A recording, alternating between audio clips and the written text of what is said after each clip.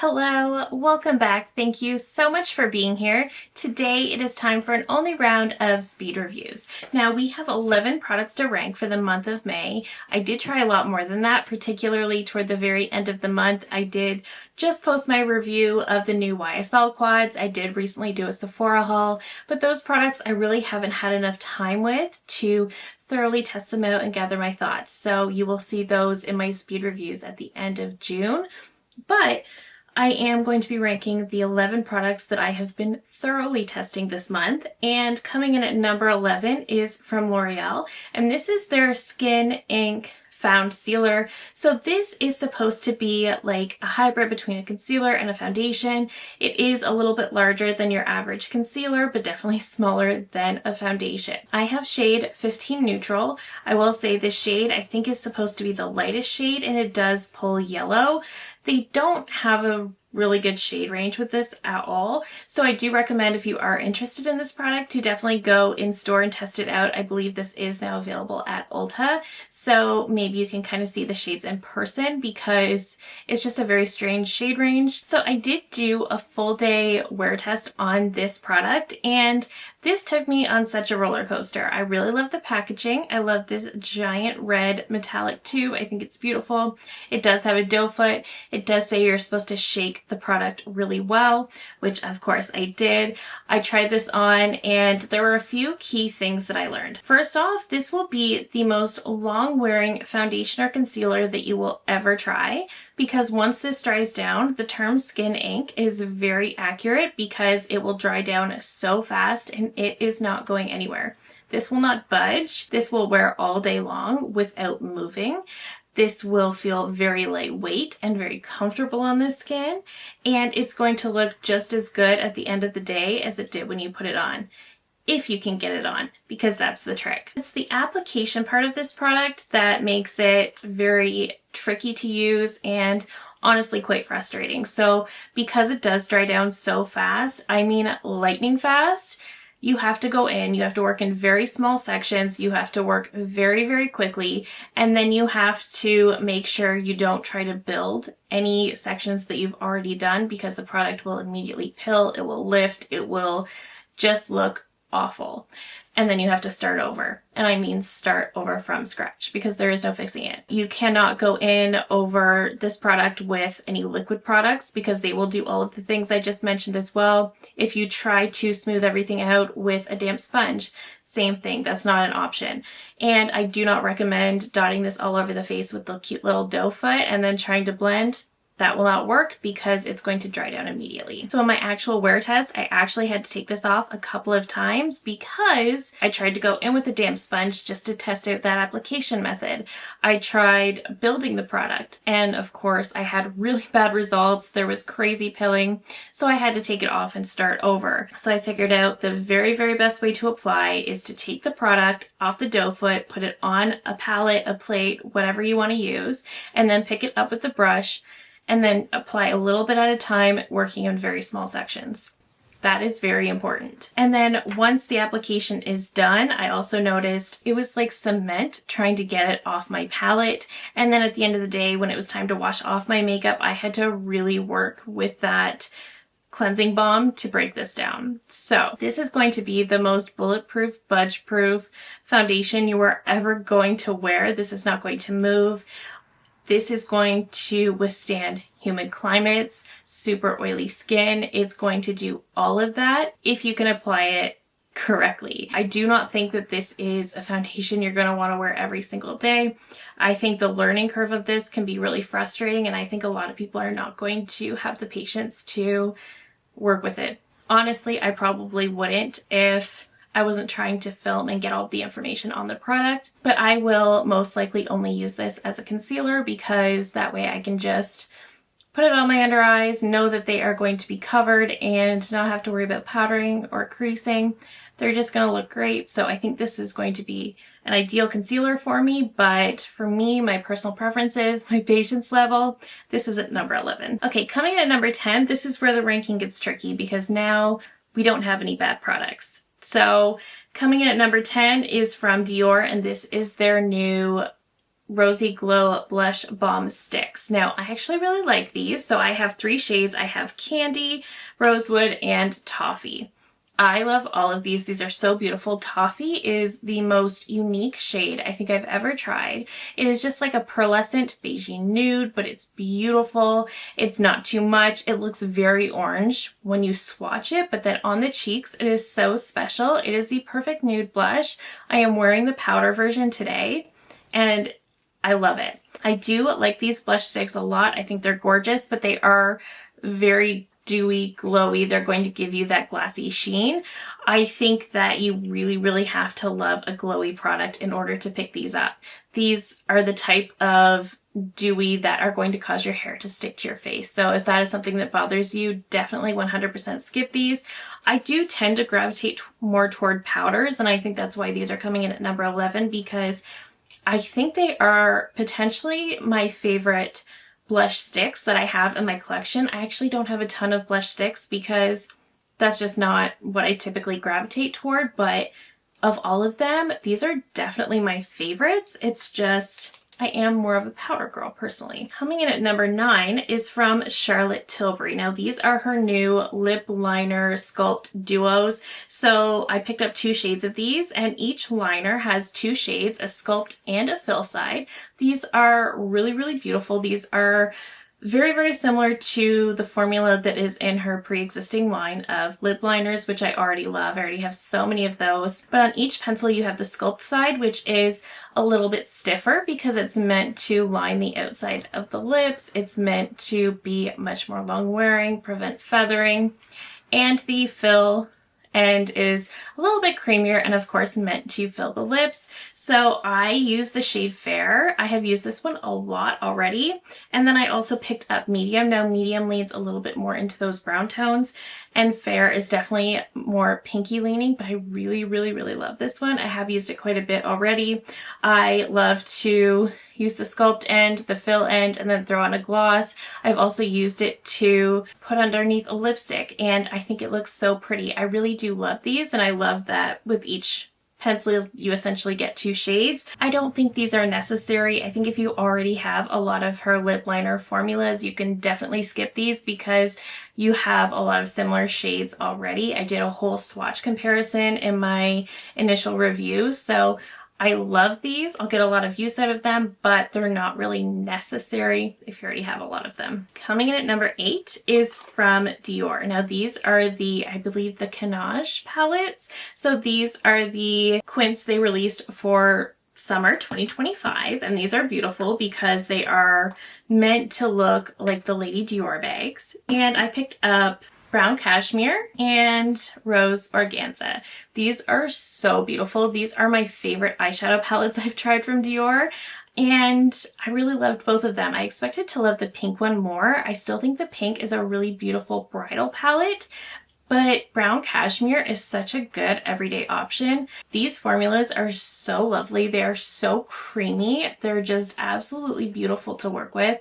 I always love the look I get from these, and I feel like they definitely have a little bit more pigment than I'm used to from Dior, and I feel like the sparkly shades in here are so much more sparkly than I am used to from Dior.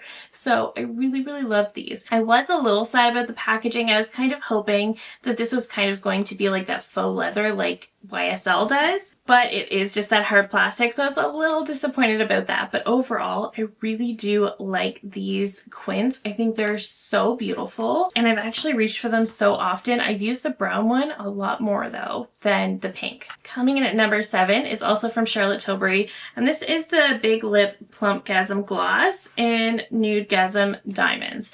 This is a product I should not love, but that I do. So this is another shade of her plumping gloss. She did launch her original plumping gloss last year with 2 shades. I believe there's a fair to medium and a medium to deep. This one is really just a golden shimmery shade. It's like a very nude lip. It can pair beautifully over everything, and you really do see that sparkle. if you hate plumping glosses, definitely skip this because it is one of the more painful glosses that I have.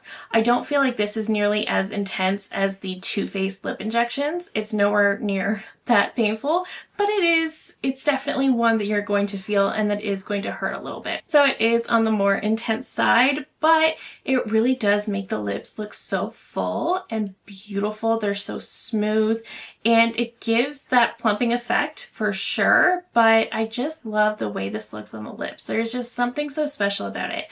I honestly didn't think that I would like this very much because I absolutely love the original plumping gloss that she released in the fairer shade. I love that so much, but I thought it was all about the shade, but there is something special about the way this looks on the lips, and I do of course love the packaging, so I was really happy to get another shade of this gloss. Coming in at number 6 is also from Dior, and these are the new powder blushes. So they reformulated their Rosy Glow powder blushes for the 3rd time. I picked up 2 shades that were brand new to this line. So I previously had their original pink shade, I have Rosewood, and I have one of their coral shades. They didn't re-release the coral shade, but they did release 2 brand new shades. So we have the shade Candy and we have the shade Toffee. And like I mentioned earlier, I am wearing Toffee today. There is just something so special about this shade. I love these. These are both the more pearlescent shimmery blush formulas. They do have some in a more matte formula, but these are both the more shimmery ones. There is definitely a bit of a gold shift to both of these, and I can definitely see that on the cheeks. So you have to like a bit of a glow and you have to be okay with that more golden shimmer, kind of like NARS Orgasm. But I really, really do love these blushes. I think they're so pretty. They're definitely more pigmented than the previous formulas. I love the previous formula quite a bit, but I do like that we have a little bit more pigment here, so you can kind of customize them if you want to as well. I am a lighter skin tone, but I do still like a blush that has a good amount of pigment. I do love a buildable blush too, but I can appreciate something that has a little bit more pigment also, just because I think it's going to work for a lot more skin tones. So I can appreciate that as well. But Toffee is definitely an absolute favorite. Candy is a really, really beautiful pink, but Toffee is so special. These wear all day long. They look absolutely beautiful. Coming in at number 5 is from Danessa Myrix, and this is the Freedom palette. So this is kind of an extension of the palette she released for holiday that I was absolutely in love with, but this is a pastel version. I am in love with this too. The shades of this palette are absolutely stunning. I love that we have kind of a teal duo here, a purple duo, and a more neutral option. I always love the looks that come out of this little palette, and I love that it can be stacked with the other ones. I love how just innovative this packaging is in general. This really is the perfect pastel palette. I know this is going to fall into every single best palettes for spring video that I do for the rest of forever probably. I did compare this to the Mercury Retrograde from Huda Beauty in my initial review, and I do stand by that. So if you already have that, you can probably skip this one. I know this one sold out really quickly and it had a bit of a weird release in general, but I did get mine from Beautylish. I'm not sure if they've restocked yet, but I love this palette. I think it's fantastic. I think if you love her shimmers, you're really going to love this. And I do think Danessa Myrix is the best you're going to get on the mainstream market for these shifty duochrome shades. I know indie brands do it better, I know that, but for the mainstream market, Danessa Myrix cannot be beat. She is just absolutely fantastic. Coming in at number 4 is from Hourglass, and this is one of their new Ambient Lighting Edit face palettes. They did come out with 5 curated palettes, or you could customize your own. Of course, the customizable option was not available here in Canada, so I picked up the Dusk palette, and this is the all blush palette. So I actually love this. I did try on all 4 of these blushes, and these are all shades I did not previously own. I will say Oasis Glow, kind of a little bit like Toffee from Dior in that it's so unique. Oasis Glow is that kind of almost bronzy shade that's going to be a beautiful extension of your bronzer if you're just going for that really bronzy look in the summer. I would say Toffee looks a lot more pink when compared to Oasis Glow. And then the shade At Night is definitely a little bit more intense, a little bit more red, a little bit more rosewood. These top two shades are gorgeous. We have Sublime Flush and Mood Flush. This one is a gorgeous mauve. This one is just a brighter pink. All of these shades are so beautiful. I love the Hourglass blush formula. I love their powder formula so much. So I was all over picking up this palette, and Mood Flush is gorgeous. It reminds me of Mood Exposure and I just adore it. But otherwise you get 3 more shimmery shades in this palette and then 1 more matte. And I think they're all beautiful. They all have a place in my collection. And this palette didn't let me down. I was thinking of ordering some of the other ones, but honestly, there was one that was just definitely for deeper skin tones, not for me. And then the other ones I all had various shades from. So the all blush palette was definitely the best purchase for me, and I've been loving it. Coming in at number 3 is from Sigma. Now they did send this to me, but this is my dream neutral eyeshadow palette. I have used this so much. You can see we have 3 rows of matte shades and then you have 1 row of shimmers. This palette is every neutral shade you could ever need. If you're a neutrals girl, this palette is so perfect because there is every single matte you could want. You can create so many stunning all matte looks with this palette, but then you can go shimmery if you want to, and their shimmer formula is so stunning and reflective. I have been absolutely loving the Sigma formula. I have created so many different looks with this. I've tried following the columns, which is a great way to use this palette if you don't know what to do, to just follow each one down. That is a look in itself. You can jump around as much as you want. And I have played with this so many times. This shade right here in the corner, I know this is called Sand Dollar, and this is just a basic white nude.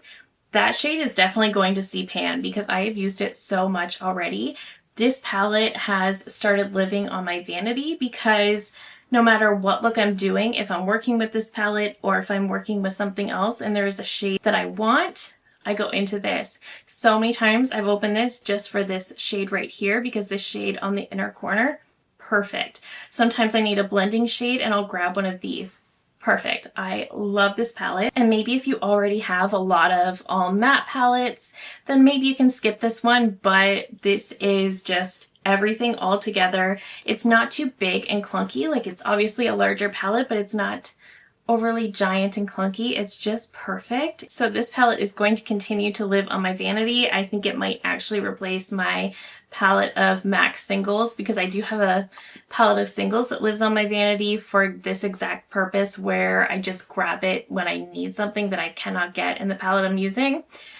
But I think this might replace that MAC palette. Coming in at number 2 is from Viseart. Now this was also sent to me, but I was honestly planning to purchase this anyway on my next Viseart order. This is one of their brow trios in, I think this is the medium. So they did release a bunch of brow trios maybe late last year. I think it was around Black Friday. And they did release a full palette of brow shades and also broke it down into trios, which is brilliant. So I have the medium one here. They did send me the lighter one as well, but this one works better for me. So each trio has a wax shade and then 2 powders. So I've only been using mine for about a few weeks and it is already looking so beat up. So I do bounce between the 2 powders. I typically like this lighter one on the inner portion. I didn't use the lighter one today and I feel like my brows look a little harsher than I like. Typically I use this on the inner portion and this one on the outer 2/3 of my brow. So I recently learned how I like to use this wax. At first I didn't use it at all because it does have some pigment to it, but it is very light. So this wax can be used to sort of fill in your brows on a day when you don't want them to look overdone or you don't want to spend a lot of time on your brows. You just want them to look like you did a little something. It can be perfect for that. But how it works really, really well is to comb it through your brows where you're going to be filling them in and then put the powder on top and it really, really locks in the powder. It really grips that powder and it's amazing. I love this trio so much. I love how I can customize my brow color. I love how beautiful a powder looks in the brows. I've always been partial to a brow powder. You can, of course, use an eyeshadow. You do not need to grab a specific brow palette, brow products, but I just really love this and I actually have learned to love the wax too once I started to understand that part. I think these trios are so fantastic. This is pretty much what I'll be using in my brows from now on. I feel like I've kind of given up on trying to find a good auburn shade because it's just so difficult and they're good enough. So the medium I love, and I was actually contemplating getting their larger full-size brow palette because they do have some reds in there, but we'll see. Absolutely love this. And coming in at number 1 is a palette I don't think I've even had a chance to play with in a long form video, but I've definitely made some short form content with it. This is from Glamlight, and this is their Breaking Dawn Team Jacob palette. Now, I've been roasting myself a little bit because ColourPop came out with a Twilight collaboration last year. Then this year in January, they came out with Breaking Dawn. So I suspect their next release in that line will be in January. And I keep saying that I haven't been loving the ColourPop palettes as much lately. There are always shades in their palettes that I don't love. So I'm really just buying them off nostalgia, which is exactly what I did with this. But I've also been trying to explore more indie brands. And now that we actually have an indie makeup retailer in Canada. They are amazing, by the way. I have much more access to these. So of course I was all over this one, and this is so good. This is beautiful. This is neutral. This has a lot of our deep grungy browns. It also has a lot of greens. I love brown and I love green. This is perfect. Now, I'll be honest with you, and this might be controversial. I loved Jacob's character, but I was Team Edward. So I really only got this palette because I like the color story better. And I'm not sorry because these shades are fantastic. The mattes are so pigmented and blendable. The shimmers in here, though, are unreal. They are so incredibly shimmery, shifty, foiled, just unbelievably shiny. I love them so much. And the greens in here also absolutely stunning. This palette is so good. I have had no clue what I was missing from Glamlight this whole time, but the dimension that you can get from this palette is just absolutely amazing. So I've been absolutely loving this. I think they did a great job with the packaging, with the color story, the little embossments in the shades. I think they did it right with this palette. If they do a further collab and come out with palettes based on the Eclipse movie, I will be all over that too. I think this is the best yet. No shade to ColourPop. I do love ColourPop, but Glamlight really killed this one. But that is it. Those are the products I tried in the month of May. Let me know down below what are some of your favorite products that you tried out in the month of May. We definitely have a lot to test and try over the next couple of weeks as well, which I'm really excited about. And I just have a lot of really fun videos planned for this month. So I'm so excited to get into June. But let me know all of your thoughts down below. I love hearing from you guys so much. If you're new here, I hope you'll consider subscribing before you go. I do upload new videos every single week. Thank you again so very much for watching, and I will see you in my next one.